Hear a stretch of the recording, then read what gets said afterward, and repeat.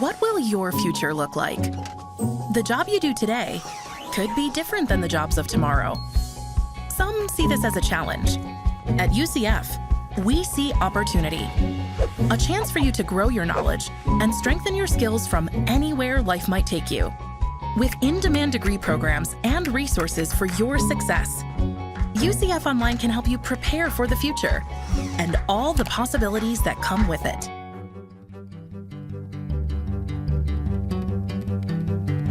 From the University of Central Florida's Center for Distributed Learning, I'm Kelvin Thompson. And I'm Tom Cavanaugh. And recorded live in front of a virtual group of colleagues, you are listening to or watching the 2021 Year in Review episode of Topcast, the Teaching Online podcast. I'm going to start doing that with jazz hands. Topcast. Hey, Tom. Hey, Kelvin. This is remember back in the day when you were a kid, and this week on a very special blossom. You know, this is a very special Topcast. They're all very special, Tom. They're all very special. Every blossom was very special, if I recall. Yeah, but this is a very special Topcast. We are joined by a bunch of friends and colleagues. So if you all want to, I don't know, in a great cacophony, say hi now. You're welcome to. There's a lot of waving going on. Hey, hey, hi. And whatever. That's awesome. It's amazing what you can do with the sound library.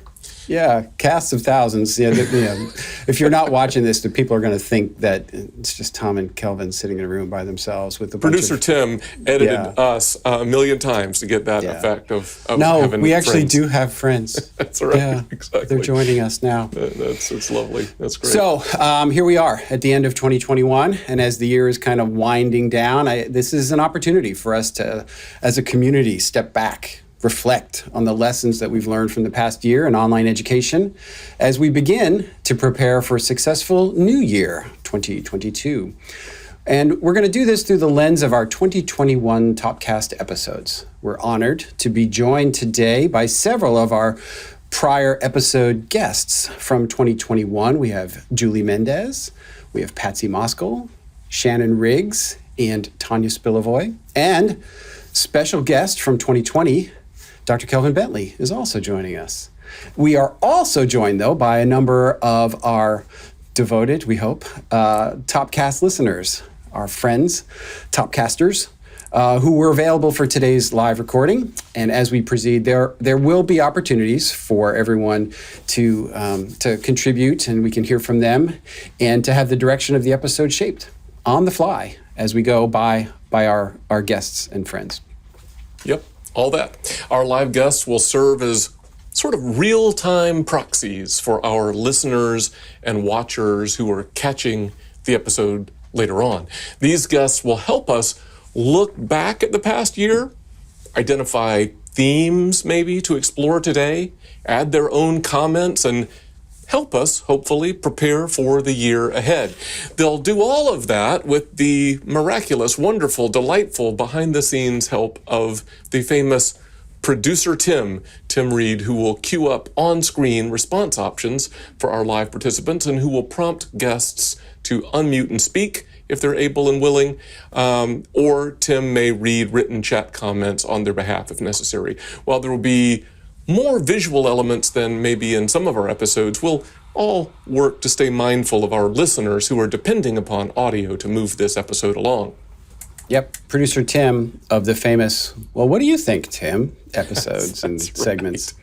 That's so right. whether you're here with us in real time or listening, watching after the fact sometime in the year 2051, we would like to invite you to think about the following question. So our participants have been given a link. What is one word or phrase you would use to best characterize the year 2021 as it pertains to our online teaching and learning work?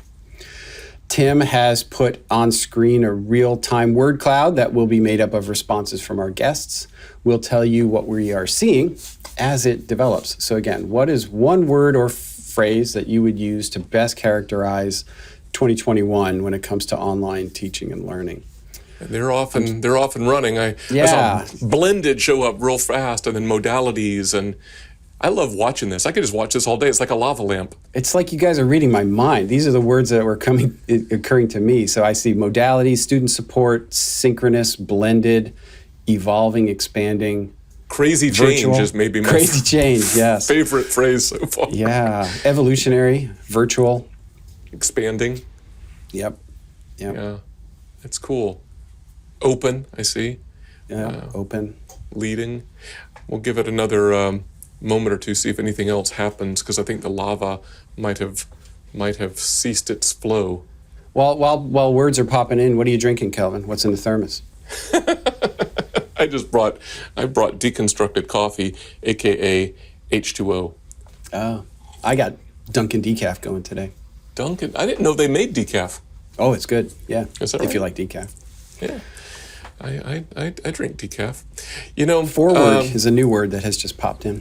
Forward, yes, and it's interesting because what you hope for, perhaps, is putting my own expectations front and center. What you hope for in a word cloud is to kind of see both the range of responses as well as some dominant trends. Like, ooh, this is bubbled up to the top, and we've got range. We don't have dominant trend really so much. Well, I don't know. Maybe this is an opportunity to kind of turn to the group and see if, you all were probably being good, synonym users or, dipping into the thesaurus so you don't repeat something that you've already seen.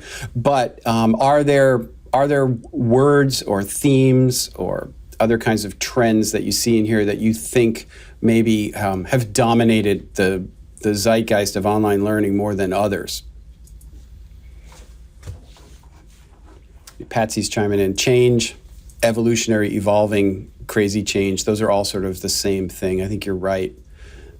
Mm-hmm. That's somebody who has done some analyzing of free responses on surveys. Your expertise is showing. Patsy. Guilty as charged, yes. Yeah. Do you want to make a comment on that, Patsy? Anything you want to elaborate on? Yeah, I mean, I think we're all experiencing, something's going on in higher ed. We're not what we were pre-COVID. We don't yet know what we're going to be post-COVID, but we're starting to come out of it. I knock on wood, but my desk isn't wood, so I don't have wood to knock on. But so I think that's some of what is in the word cloud there. Even blended, I would say. It's something between, we're not face to face the way we were before, so we've got some synchronous going on that we didn't before. So I just think that we're kind of in a state of flux. That's what I see from that. Yeah. Mm-hmm.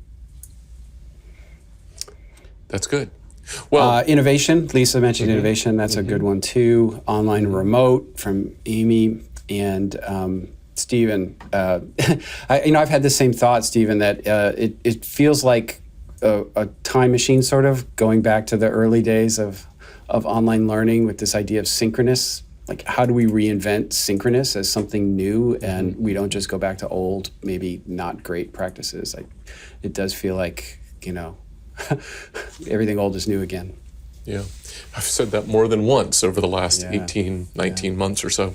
So I guess maybe, Tom, will say that what we've just sort of described, and for our watchers, they're seeing on screen, is 2021 in a nutshell, according to our live guests. Now, let's turn our attention to recalling for a moment how 2021 has played out through the microphones of Topcast, the Teaching Online podcast. So from January 21 through November 21, we have released 22 episodes. The first Monday episode each month is generally focused on a topic and is at least somewhat influenced by kind of the current moment. And it's usually just me and Kelvin and I. The two of us. Kelvin and me. I'm the one with the English degree.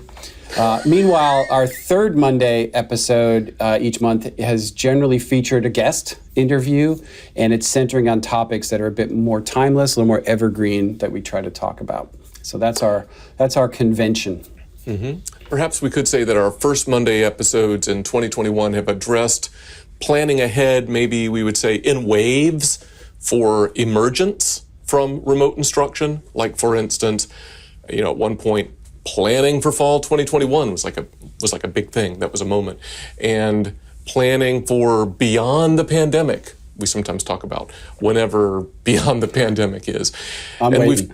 I hear you. Me too. We've touched on topics like hybrid campuses, the role of synchronous sessions and online learning, remote work, course modality changes, the importance of faculty voices, continuing to pursue a high standard of quality, and all kinds of more stuff. Yeah, and meanwhile, our third Monday, the interview-based episodes have allowed us to diversify the voices you hear on the podcast. So it's not just hearing me and Kelvin all the time. We've been able to expand that with topics as varied as the existence of and importance of impact evaluation and research, digital learning adoption among STEM faculty, OER, change management, the role of student evaluations, jobs to be done, that Christensen concept, and more. And we'll shamelessly plug, if you've missed any of those episodes, we would welcome you to check your podcast feed or the Topcast website to get all caught up. And that website is, if you don't have it tattooed on your forearm like I do, topcast.online.ucf.edu. So we thought that one useful feature of a year in review episode. Just one. We limit it to one per episode. Yeah, kind of our focal point here, and maybe more interesting just hearing me and Kelvin blabber on, might be to identify an episode from the past within the last 12 months, and that's worth revisiting and discussing with our colleagues here live at the end of 2021. Yes, and controlling for the length of time different episodes have been available, the top 5 most downloaded episodes of 2021 are Episode 81, Technology Adoption as Enabling the Right Thing, Episode 83, Rethinking Synchronous for the Post-COVID Era, Episode 85, Blended is the Future, and it's not just courses, Episode 86, When can we trust our students' perception of their own learning? And episode 97, Finding the Right Mix of Modalities at Your Institution. So producer Tim is providing our live guests and those watching at home with a poll through which they can choose the episode that they are most interested in revisiting today in our interactive episode. Perhaps a topic has enduring relevance, or perhaps something has changed that requires us to re-examine it. We'll look forward to hearing from our guests as they prepare to make comments or ask questions about the selected episode. It's a horse race here. I like it. These numbers it's like, changing. I know, it's cool. Yeah. Currently, it looks like the Blended is the Future is coming out on top. With finding the right mix of modalities.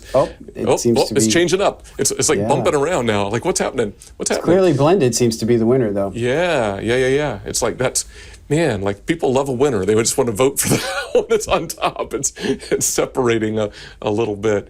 Ooh, second and third place just switched. It did. Wow, how dramatic. Second was Finding the Right Mix of Modalities at Your Institution, but it just became Rethinking Synchronous for the Post-COVID Era. But they do look statistically tied. Yeah, they do. They were neck and neck. Yeah. All right, so I think we've got I think we call it. I think so, yeah. It looks like the polling is all stabilized and finished, and the episode chosen for a revisiting of its themes here at the end of 2021 is indeed Blended is the Future, and it's not just courses. And so we're going to ask our live guests to begin formulating their observations, comments, questions, etc., related to a revisiting of this Blended is the Future episode. And so we'll ask our live guests to please post your comment in the chat, or just note in the chat that you want to speak, and we'll go from there. Yeah, we'd love to hear you speak. So Tim will be queuing up each audience member who has posted something in the chat. Once it's queued, if you're able to unmute and make the comment yourself, please do. I think our audience would love to hear from you. If we don't hear from you quickly, or if you prefer, Tim will read aloud what you've posted on your behalf. So out of courtesy to all assembled, please try to focus your remarks to a couple sentences, but we definitely want to hear what you have to say. And it's interesting that blended won, because that was the very first word that popped in on our word cloud. It's true. Good observation. Good connection. That is, it went like, boom, blended, and then it sort of settled down. That was interesting. So maybe, Tom, while our guests are posting in the chat, perhaps we can set the stage with our initial host reactions briefly to this episode chosen for revisiting. Like, for instance, are you surprised?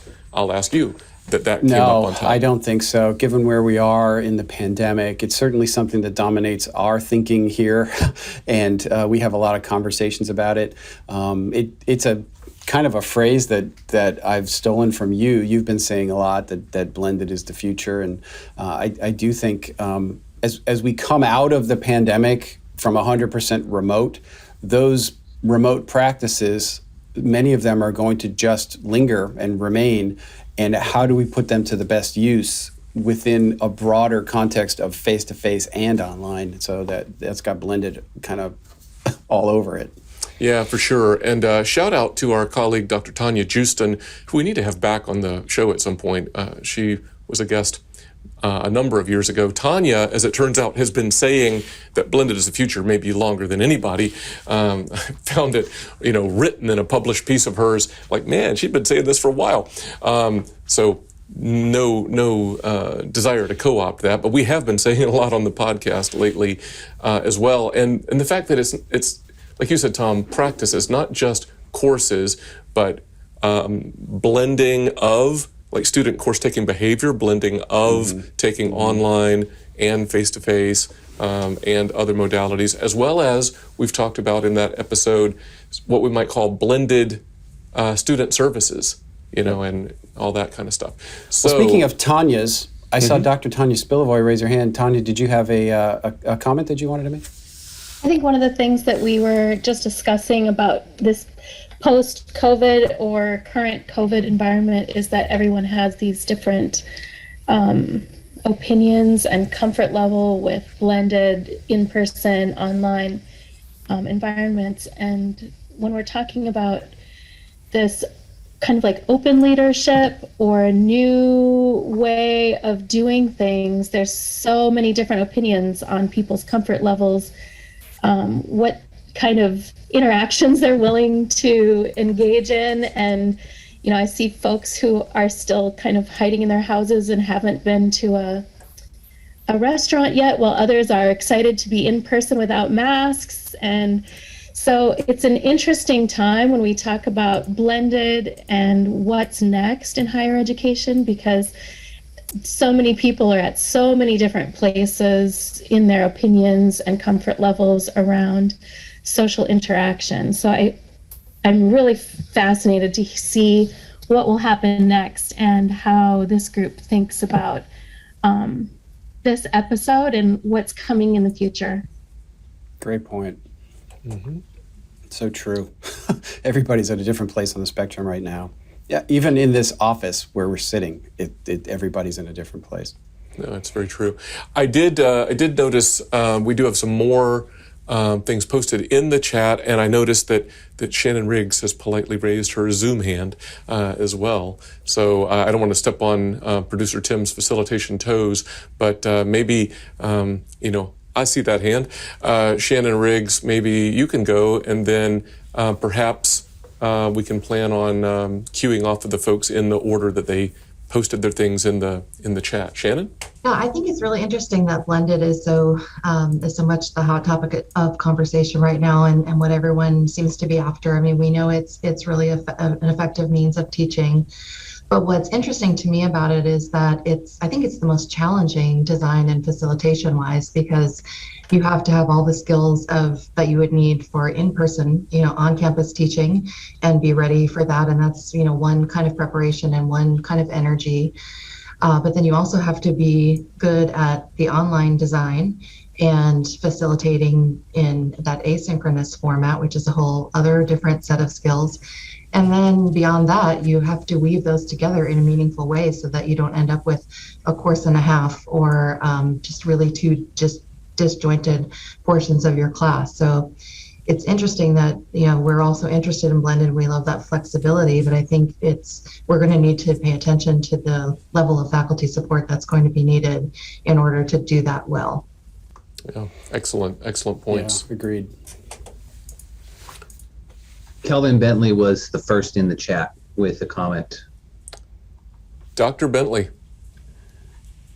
Yeah, no, thank you. No, I was just thinking too, what we're going to have to be, maybe what will happen over time is that we'll actually be able to maybe define even more clearly what blended is, because I think blended and even high flex, we're coming up with like these really big buckets. And I think there's still lots of nuances based on what schools are doing. And of course, within each school or at each school, there's such varieties in terms of what the blend or what the high flex actually is, right? And my hope is that we'll be able to collect better data to kind of define, again, good practices, and be able to share that out more as we move forward. So just wanted to point that out.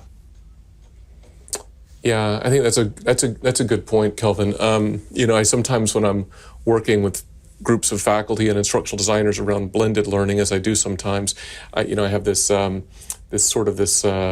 bullseye diagram that I use to say, well, what's blended, and just try to get people on the common ground. And like the more precise definitions go toward the center, and the broader definitions go toward the outside, and then the more generally accepted definition somewhere in the middle. And you can get really precise, and you can kind of argue with people over stuff, or you can get like, as you've intimated, in the chat, you can blend all kind of things, right?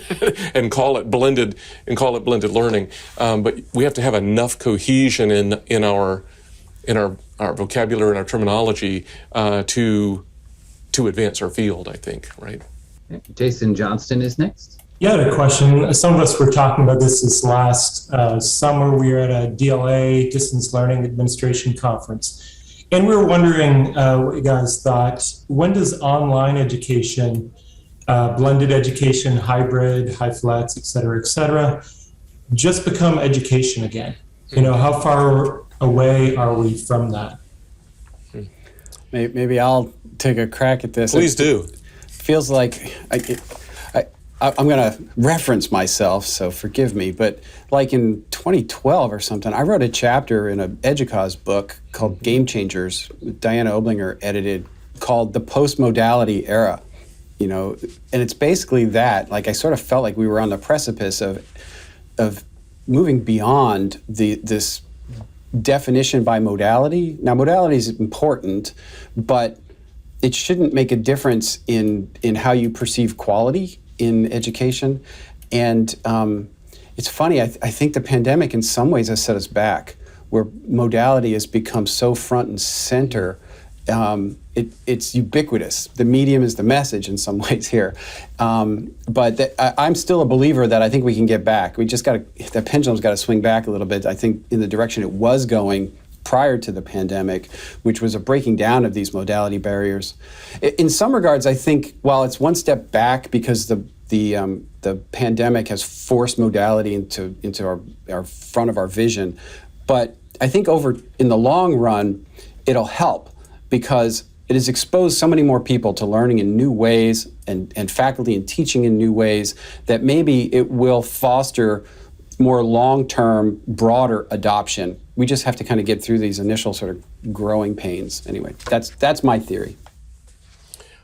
I agree with that to a certain point, and have often thought. I've heard that kind of a statement made, as Jason did. Like, when is it just education? When is it just learning? When is it just teaching? And Tom, I think you make good points. I've often directed people to your chapter and think it's good. The post-modality era, I think, was a good turn of phrase. And yet, here's the litmus test for me. When are we ready to disband our offices of online learning, distributed learning, digital learning, and just say, well, this is what we do as a college or university now? And if we're not really ready to do that or merge it into, kind of one, just general thing, then I think that tells us something, that, in order to do the work, we find some degree of framing important. Yeah, I do want to comment about the modality question. I think for community colleges, this has been a good thing because of the equity problem. We need to talk about modalities more because we've been replacing one modality with another. We used to have lots of evening classes for a population of students, and they all went away because they became online courses. We didn't keep them for that population. We made them move. And I think that's going to be the challenge with blended learning and all these modality discussions, is we need to increase the modalities to be more equitable for our students, while at the same time not churning off modalities because we decided they're done. That's a great point. We've seen a similar phenomenon here in our regional campuses, where those students who would attend night class because they couldn't drive an hour to campus are now online. And there are fewer and fewer students in our regional campuses. They become much more like services centers and advising kind of spaces. There is so much that we could continue to talk about this, but we might have time for maybe one last comment if we want to end somewhere close to on time today. Tim, where are we in our queue? I'm looking through. There was a lot of nice, companion discussion happening in the chat. Perhaps Lisa has her hand up, so we give her the last word on this. Awesome. Oh, the last word. Wow. Well, there's so much to say about student support and really making sure that we're considering what the students need. Right. And go back, Stephen, to what you were just saying about, let's not forget about the tried and true modalities that a lot of our students are already used to, a lot of our faculty are used to. But for me, it's really about keeping in mind who you're serving as your students. And again, being strategic. And Tom and Kelvin, you talked about with the mics on, mics off debate, that it goes back to that design piece, right? And really thinking through piece by piece, why this, using whether it's a synchronous or an asynchronous piece, why this is the best way, the best experience for the students at that time with that content and or that skill. Some activities are fine for fully asynchronous, but others, you really need to have a conversation. You need to fully engage. You need to interact with you and each other and the content in ways that the asynchronous piece just does not afford. Yeah, I think you said in the chat, it goes back to that intentional design.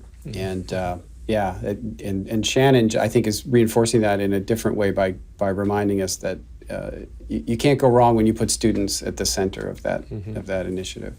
Yeah. Cool. All right. So maybe as the clock winds down, that's a good spot to kind of leave today's discussion on revisiting episode 85, which is all about blended learning. So whether you were able to join us today live or not, we would love to hear other reactions to this discussion that you might have, and you know where to find us. Please reach out to us with your thoughts via email at topcast@ucf.edu or via Twitter at topcastnow. And now, a word from our sponsors. Some holiday seasons feature their very own nostalgic commercials. They come back year after year and settle into our hearts a bit more each time.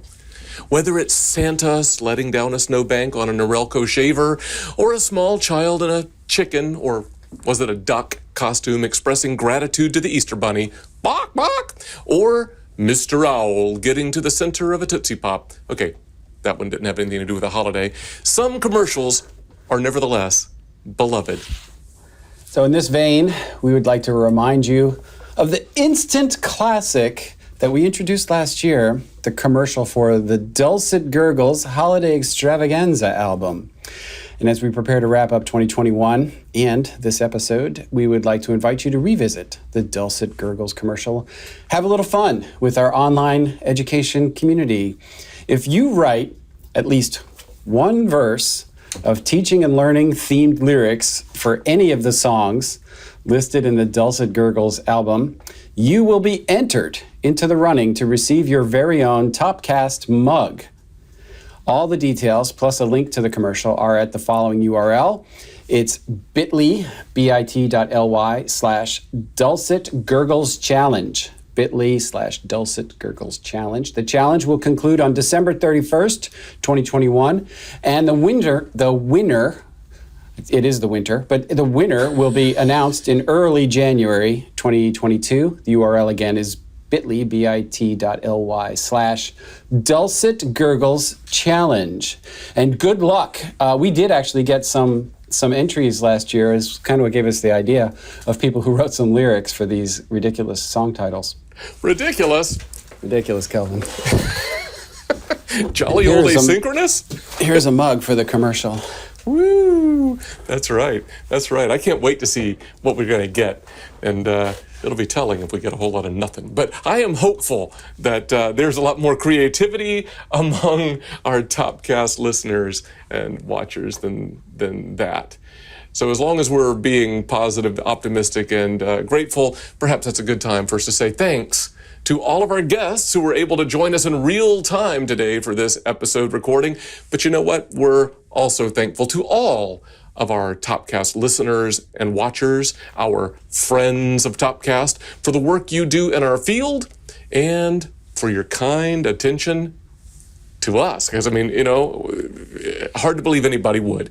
If you'll indulge us for a moment, though, this is also a good time for our annual public expression of gratitude to the broader Topcast team, working, I'm sad to say, mostly unsung behind the scenes of each and every episode all year long. And they are audio and video producer Tim Reed, web strategist John Pizzo, project manager and editor of the Topcast Insider newsletter Bryn Bedford, Jackie Compton, who oversees the captioning of each episode, Dr. Beth Nettles, here with us today, Wave Beth, who composes all the summary content tweets, and Jeanette Rivera, who creates trackable short links for our show notes and provides more than you care to know, a lot of behind-the-scenes coordination. Thank you, Topcast team. We couldn't do this work without you.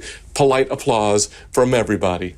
Yeah. I mean, it's remarkable, the team of people required to prop the two of us up to sound vaguely coherent twice a month.